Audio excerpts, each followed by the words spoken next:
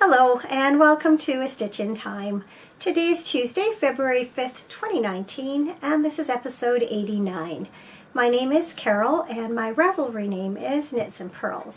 The show notes for this and every episode can be found on the blog and also in the episode thread in the Ravelry group. If you'd like to get in touch, I would love to hear from you. You can send me a private message on Ravelry, leave a comment on YouTube, or post a comment in the Ravelry group, and I will do my best to get back to you. Hi everyone, thanks for joining me today on this very sunny but also very cold and windy day here in the Fraser Valley of British Columbia, about an hour's drive east of Vancouver. We've had some wintry weather the past few days. It snowed all day Sunday, but it was very fine, dry flakes, so there was no real accumulation, just a little dusting on the garden beds, and the snow just kind of blew around in the streets like dust. But it did settle on the mountain sides, and I don't know how many pictures I took out my back door yesterday. It just looked so beautiful. In the morning, you could see the snow blowing off the mountains. And then over the course of the day, it just cleared, the clouds cleared up and it got sunnier and sunnier. And then the sky turned this beautiful, cool shade of blue as the sun was, just after the sun was setting. So I'm just going to put a series of photos in here. The first would be in the morning, and yesterday morning, and the last is actually what I took about maybe half an hour ago before I started to record. I just never get tired of the view. I feel so lucky to live where I do and to be able to look at that every single day.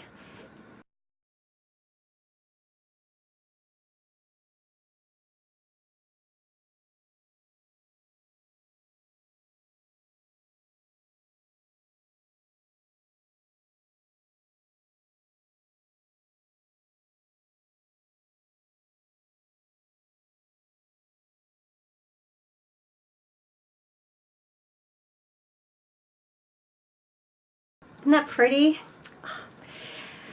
So I hadn't necessarily planned to record today. I was thinking that I was going to do it tomorrow afternoon after I curled with my sister in the morning.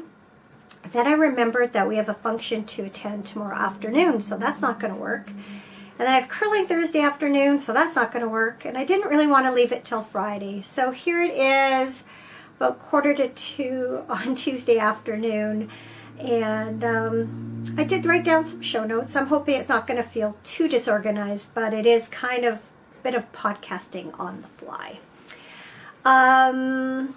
Let's see, let's start off with what am I wearing? Since it's so chilly, it's actually, the house has been cold, and I imagine you'll hear the furnace kick in a few times over the course of the recording. It is cold out, and that means the furnace is working extra hard to keep it warm in here, but not warm enough for me. So I ended up pulling this sweater on a little while ago. It feels really good. This is my Hero pullover, and it is by Julia Farwell Clay, and I knit it last March. And it is knit up from a combination of some Cascade 220, I think 3 different colors, and then this kind of cranberry color is some Peyton's Classic Wool. All the details are on my project page. I guess I could pull up my jeans and give you just a little bit of a thing. You can see I've added a little bit of color work along the bottom, ribbing, and along the sleeves there. And then, of course, at the yoke. So I am kind of basing the fit of my Through Stone cardigan on this sweater because it has a similar yoke to it. And I'll get to that later in the show. Let's talk about the New to You Craft Along. This is a CAL, a C-A-L, that is currently running in the Ravelry group, and it's going from January 1st till February 28th of this year. And it's all about doing something new to you, whether it be a new craft altogether or a new technique within a craft that you're already familiar with. This cal is not finished project oriented, so there's just one thread open. It's a chatter thread, and I just want you to come by and share what you're working on and chatter with each other. The only thing I ask, whips are included. I just ask that the new to you part takes place sometime between the beginning of this year and the end of February. So for example, you might have started a pair of socks in December, but you're doing a new to you heel on them, and you don't do those until 2019 in this 2-month period. By all means, go ahead and post them, talk about them, talk about what's new to you as far as that goes. After February 28th, I will draw 2 names and award some prizes, and I'm happy to say that this week I actually have some prizes to share with you. So I'll get to them in a little bit of a roundabout way. Last week I referred to buy some fabric, and I said I hope what I plan to do with it works out. And I've cut this fabric all apart, so I can't show you entirely, but it was this fabric that had strips of these different designs. So this, for instance, would have been joined to this, and it also had this motif in it, and they kind of reminded me of sort of impressionist paintings, although the little border on the fabric referred to the Saturday Evening Post. Anyway, what I thought would be cool was to do a project bag like I normally do and have this fabric be at the bottom and then have some kind of print, this one or this one up top. But then I realized if I did it that way, I would lose a lot of this print to the bottom, would be wasted, and it would probably only really see about that much showing, here. But then I had this idea that I could actually just cut the strips out and sew them to some bottom fabric and sew them to some top fabric. So that's what I ended up doing. So this is actually my bag because this piece came out of the center crease, and I couldn't iron out that crease, so I decided I had to keep one for myself. So it's a real hardship, but I really, really love this print in particular. So so this is mine, but I have, trying to find a place to put things. I have made several other, and I'm in the process of making a couple more. And so one winner is going to get the choice of one of these project bags.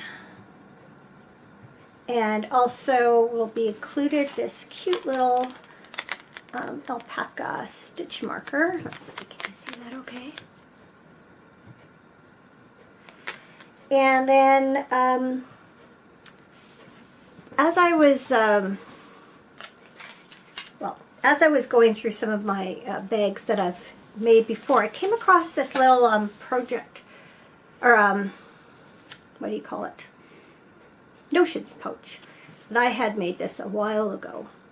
And it gave me the idea that I could make a notions pouch out of this fabric too. And so this is what I did first off.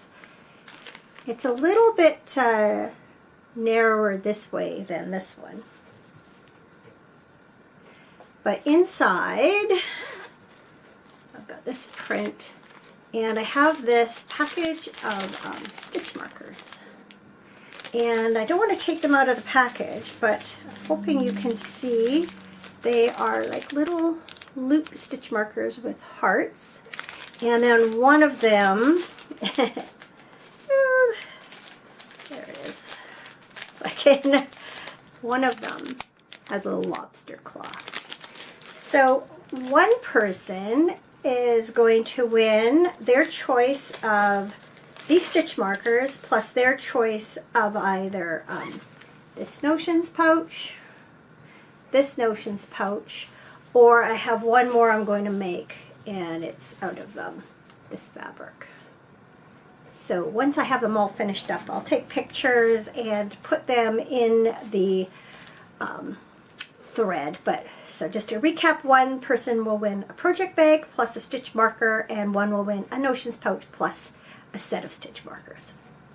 So by all means, come on by and join in the let's talk about works in progress. So last week I showed you some yarn, hand spun yarn, that one of the women I curl with, she had asked me if I would knit some socks for her out of it. So I said I would be happy to, and I actually got quite a bit done. This is the first one. So I got I've decided to do them from the toe up because she has a fairly long foot, 10 inches, and I wasn't sure how far the yarn was going to go, and so I thought if I did them from the toe up, then I would be able to knit the cuff as long as, as long as the yarn held out. So I did do toe up, and then I did a short row heel here. And I've just done a little bit on the ankle. So I am going to take this sock to curling on Thursday and get her to try it on and make sure that that's the right fit before I continue any farther. And so in the meantime, I worked up the second sock as far as where the heel placement is. And so if this is fine, then I can go ahead and do the heel on this one. But if I have to take this back or add a little length, I think it's more likely take it back, then I won't have wasted time doing the heel in this one, but I'll be ready to go for the second one. So this has been, it's been pretty, it's nice, beautiful pinks. This has been fun to work on. The yarn is kind of a worsted weight. I've ended up basing my sock on worsted numbers, and I got those from a couple of different patterns. I ended up casting on altogether for the circumference is 44 stitches, and I'm knitting them on a 3.25 millimeter needle. So they're working up super fast. I mean, I did all of this one, like I think it was Sunday morning or Sunday morning, I think. It didn't take very long at all. So it's nice to have such a quick and satisfying project for a change. Everything else seems to be taking forever. So yeah, pretty, hey? And I had started this sock. It felt very thick, and I was concerned about it. I didn't know if she realized just how thick the socks would be. So on Thursday I had got done till about there, and I took it to curling to ask, her name's Jan, to ask her if that was going to be okay. She was absolutely thrilled. She's happy they're nice and thick and warm, and she just was absolutely thrilled. So I enjoy knitting things for people who really truly appreciate them, as she does. So I'm anxious to get her to try this on and see what she thinks. Hopefully it fits. That's the plan. Another sip of tea.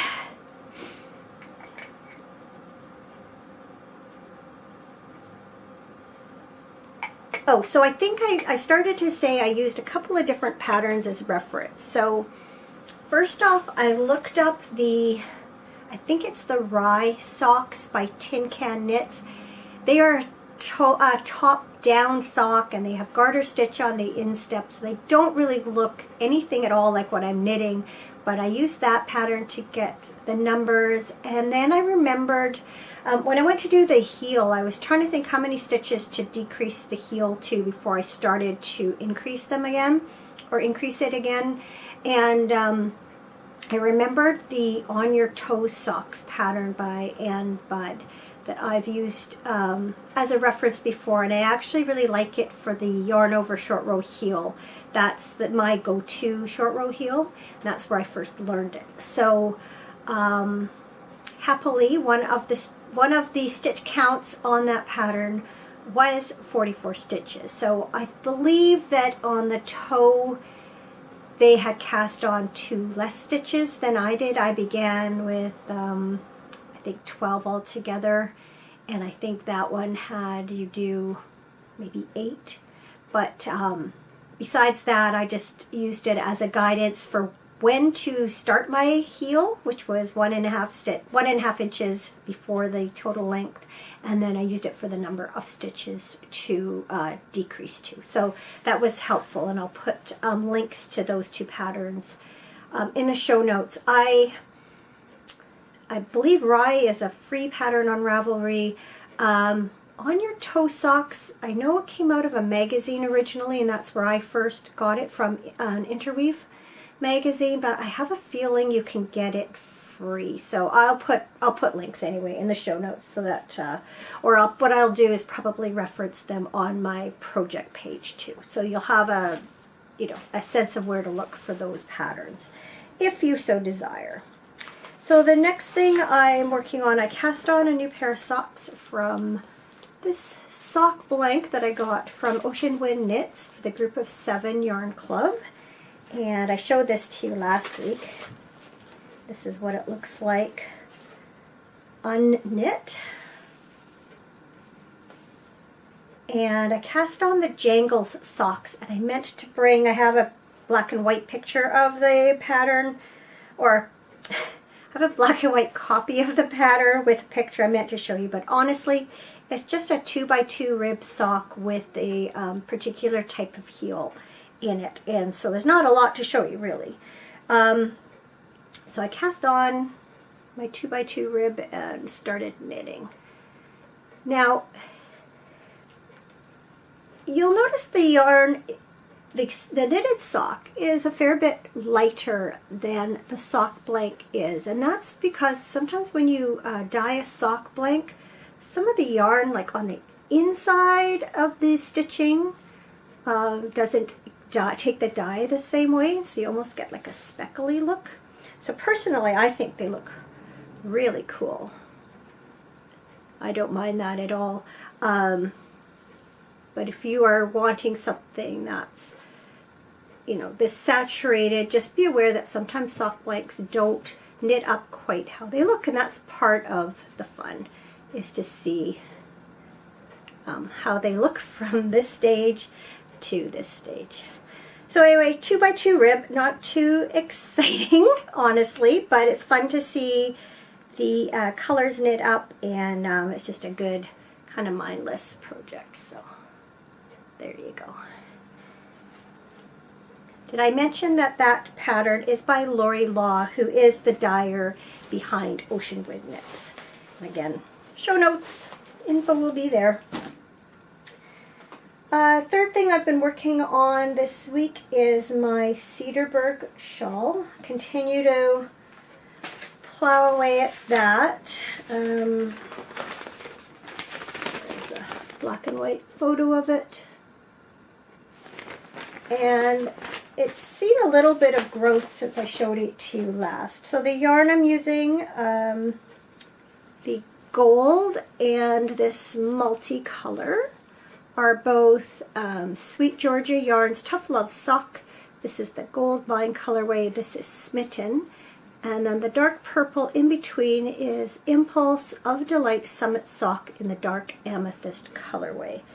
And so this is getting quite large and unwieldy, and I'm always afraid it's going to slip off the needles, but I will do my best to give you a shot of it. Oops, yeah, speaking of stitches off the needle, that's just what happened. So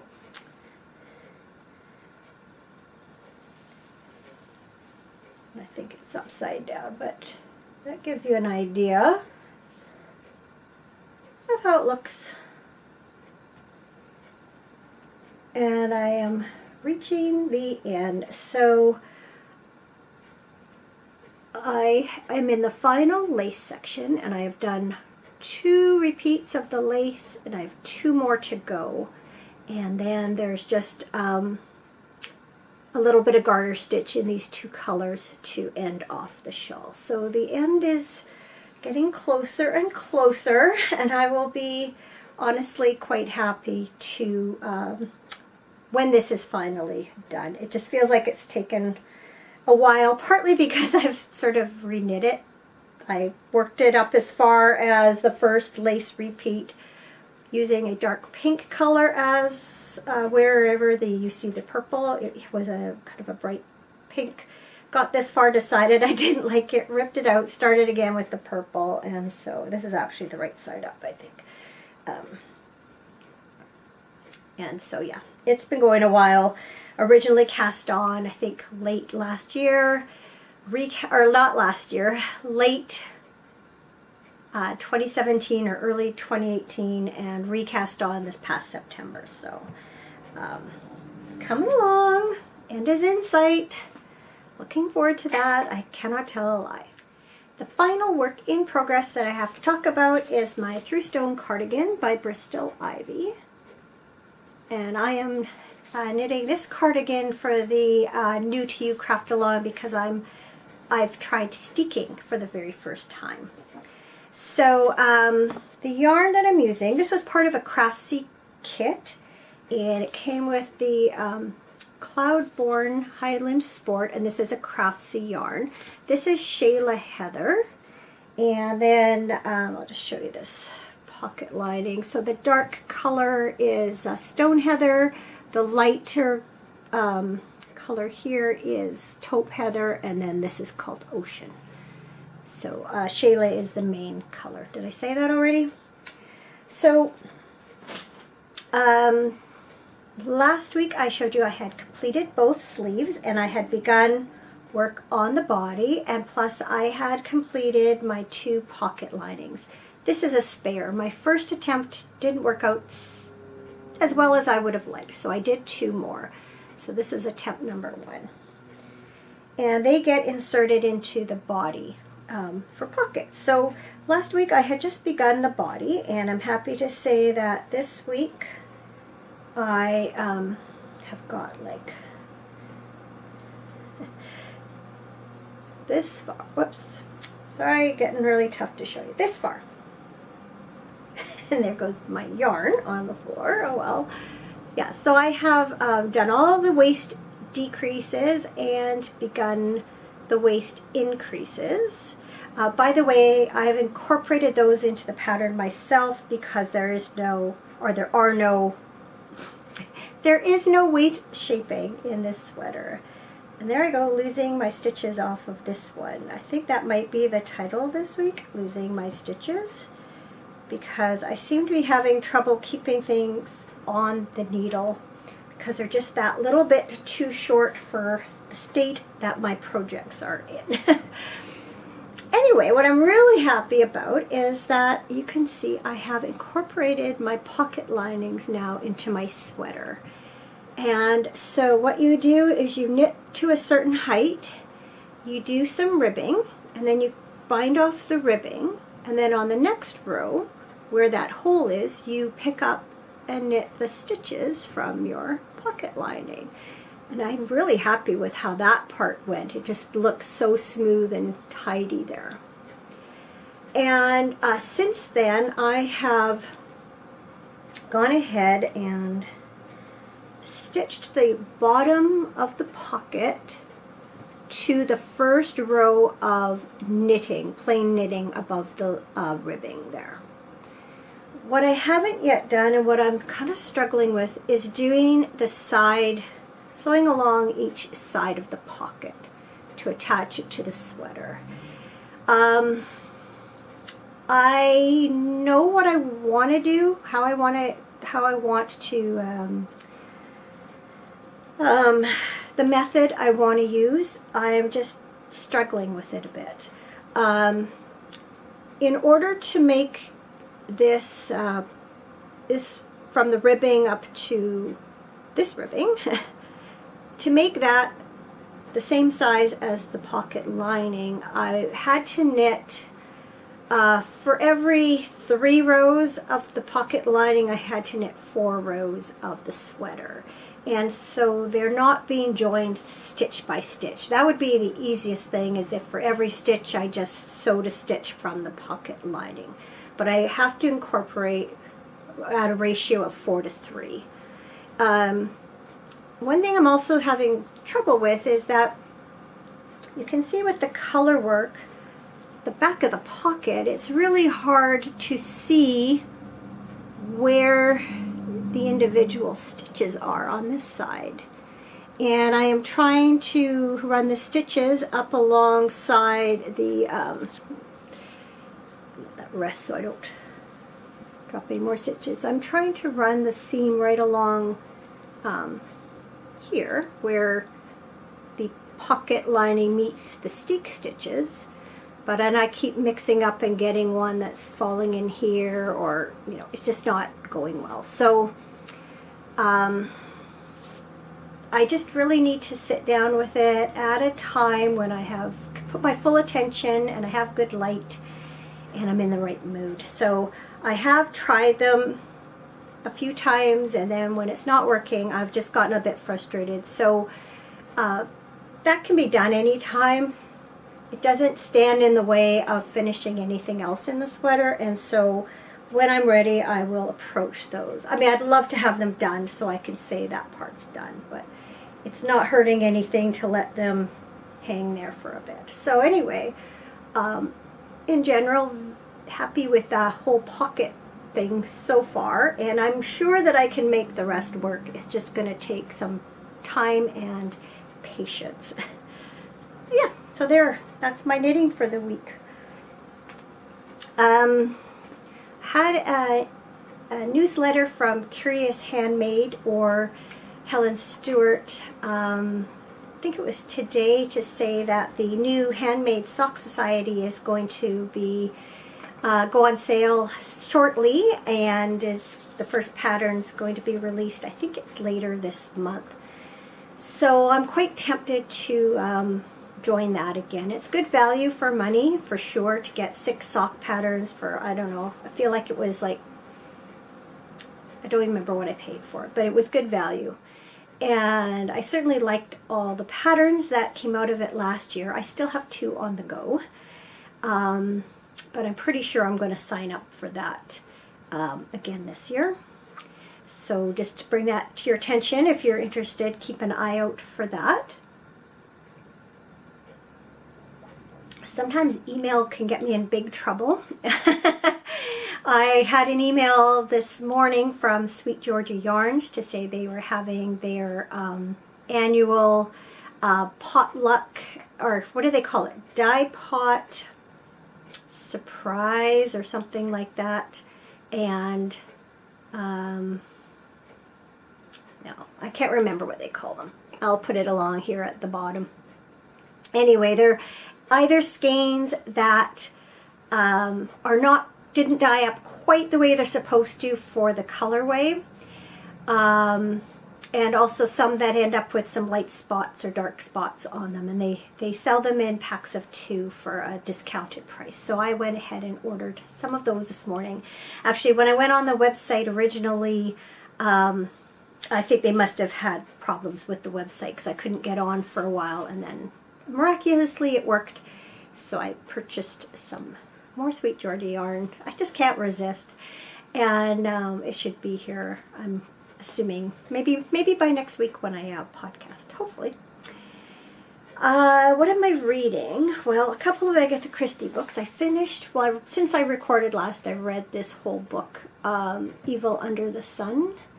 I didn't remember to look if it goes by another title. A lot of the Agatha Christie books are published under one name in the UK, one name in the US, so I'm not sure. This is a Hercule Poirot, that's my great French accent again, novel. And this one, he features prominently in it. He is on vacation at the seaside when a woman is murdered, and he is on hand to help the locals solve the mystery. This is one of those books where whoops, bags are settling. It's one of those books where I found the conclusion kind of far-fetched and hard to swallow. Yeah, I just wasn't impressed with how it ended. I thought there were just way too many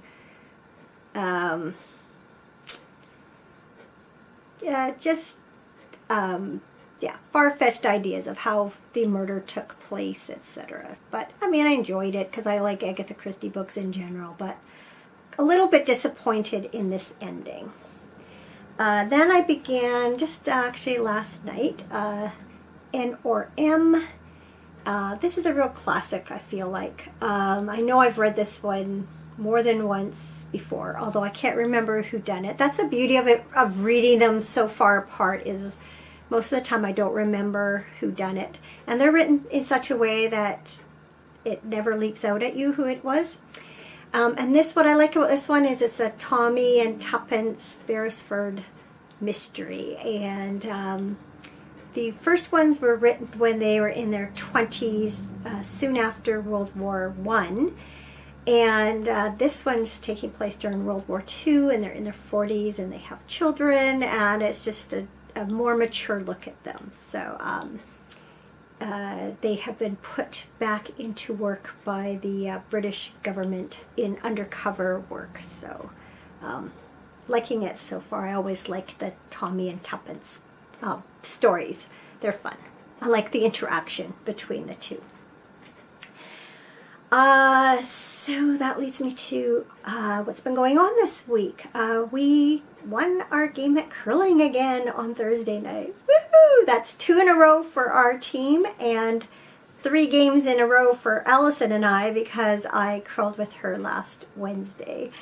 Actually, I shouldn't say 3 in a row for her, because she also curls on Mondays, and I don't think they won Monday. But anyway, 3 for 3 in the last 3 games I've curled in, so that feels good. And my game continues to improve, so that's even better. So hopefully we'll have luck again tomorrow and Thursday. So cross fingers. Oh yeah, so anyway, I mentioned it's been really cold here, and yeah, just a little blast of winter. It is supposed to, the winds calmed down a little bit, and it's a little bit warmer today than yesterday, but it's supposed to cool down again tomorrow night. We've got what they call Arctic outflow winds, so they're coming down from the north through the valleys towards the coast. So because I live in a valley, we and not too close to the ocean, our weather is colder than in Vancouver, for instance, and drier. Like right now. In the summer, it's hotter and drier. But apparently it's supposed to go back down to -20 with the wind chill tonight. And I looked it up, that's -4 Fahrenheit. So any way you look at it, it's sub-zero temperatures. And we've had quite a mild winter this year. So this is really our first real taste of winter weather. We've had a little bit of snow before Christmas, I think it was, but not this cold weather. So I've been feeding the hummingbirds. We have a hummingbird feeder we keep up all year round, because we get 2 types of hummingbirds here. The rufous hummingbird that's around during spring and summer, and then we have the Anna's hummingbird, which in recent years has begun staying around the southwestern corner of BC all year round. And so we do see them fairly regularly during the year. So I have, when it gets really cold, we'll bring our hummingbird feeder in overnight and then put it out in the morning so it's not, doesn't freeze. well, with this weather, I've had 2 hummingbird feeders on the go and just keep swapping them out. Yesterday, every half hour, I swear it was just like no time at all. It would freeze up and I'd swap it out for the partly thawed one. Today it's definitely a little bit warmer in the daytime anyway, because I've been able to leave it out longer. So it's quite funny. I hardly got anything done yesterday morning because I just kept watching the hummingbirds coming to the feeder and filming them. So I've just got a really short little clip here I'm going to put in of 2 and at one point 3 hummingbirds fighting over the feeder. They're very territorial, and I guess especially now that it's so cold, they are feeling very competitive about the food source. Very territorial, very protective of it. So, I look at how much energy they expend trying to fend each other off, and I think, boy, you guys, if you just each took a roost, a little, is that the right word? I don't know, a little peg, just a little perch. That's the word I'm looking for. If you just each took a perch, you could sit there happily and you'd all get fed, but they're, I guess, bird brain, very small, I don't know. Anyway, you can see at the end of this clip, eventually they both, 2 hummingbirds shared the same feeder briefly. That's the only time I saw that happen yesterday. So I'm going to put that clip in here.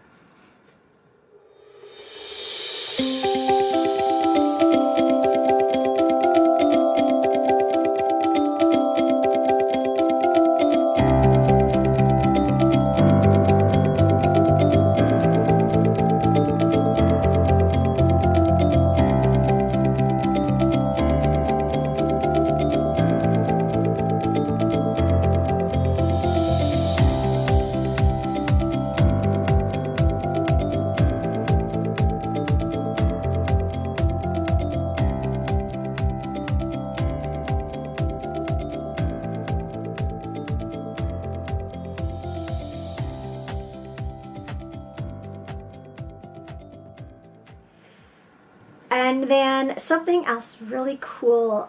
This happened actually Saturday morning. We'd just gotten up and Cameron was in the kitchen making tea, and he called me to look out the window. And there were, at that time, 2 coyotes that were in the field behind us. Eventually we saw 3 coyotes altogether. And we must have watched them for 20-25 minutes. So I filmed a bunch and I put together a little montage of clips, so I will insert that here.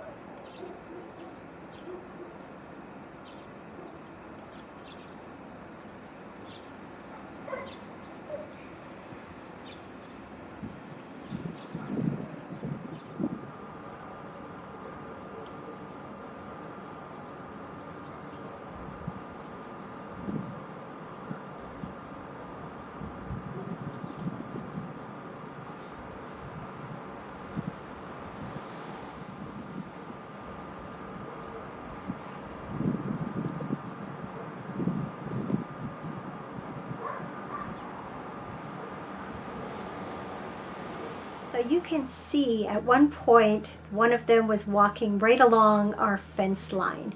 Now, we have lived in this house for be 30 years this year. Yeah, 30 years. And we have heard coyotes frequently, especially in the evening or at night when a siren goes off, like when an ambulance goes by or something. And I keep thinking it must be the maybe on the same frequency, because if a siren goes by, the coyotes will all of a sudden start yip yip yipping. But only rarely have we seen them back in the field. I think once or twice. I know one year, one time, just a few years ago, we were watching a rabbit that all of a sudden froze. And we kind of wondered what it had heard, and then all of a sudden a coyote came into view, and a chase ensued, and the rabbit actually got away on that one. But never seen them this long, to be able to observe them for such a long time and to see them so well. So I hope you enjoyed seeing them as much as I did. And other than that, not lots going on. We did get a few jobs done over the weekend that had needed doing for a long time, including one was reorganizing some of our kitchen cupboards. So we cleaned out a whole bunch of cups and glasses that we didn't use anymore in order to fit some new cups that we had gotten over the Christmas holidays and some other dishes. And so that felt really good. Got cupboard shelves wiped down and reorganized and such. So that and a couple other jobs. But other than that, not tons going on. So that brings us to something good. Oh, I'll be right back. I forgot my prop. A couple of years ago, we were in the store where we buy our bird seed, and we saw this little mini hummingbird feeder. And you're meant to hold it in your hand and have the hummingbird come to you. Now, I've tried to do this a number of times and never had any luck. And I think it was the last time we were in the store, made some comment about it because they had more of these out. And the woman there said, oh, the best time to try it is like first thing in the morning when you put your feeder out, because they're hungry and they'll come to it. So I haven't really tried it again after that. But as I was swapping out the hummingbird feeders yesterday, sometimes I would have the feeders in my hand and the hummingbird would like land on the feeder in my hand before I could even hang it up. And that made me think that this might be a good time to try this. And so I brought the feeder inside, the regular feeder, and I got my warm coat on and some gloves, and I went and stood out just outside the door with this in my hand. And what do you know? I had a hummingbird come and feed out of this while it was in my hand. I only was out there for about a couple of minutes, and a hummingbird came, kind of flew around, was a little wary, went away again, and within a minute it was back again, and I actually managed to capture it on camera. So I am going to share that with you. So something good is feeding a hummingbird out of my hand. It was amazing.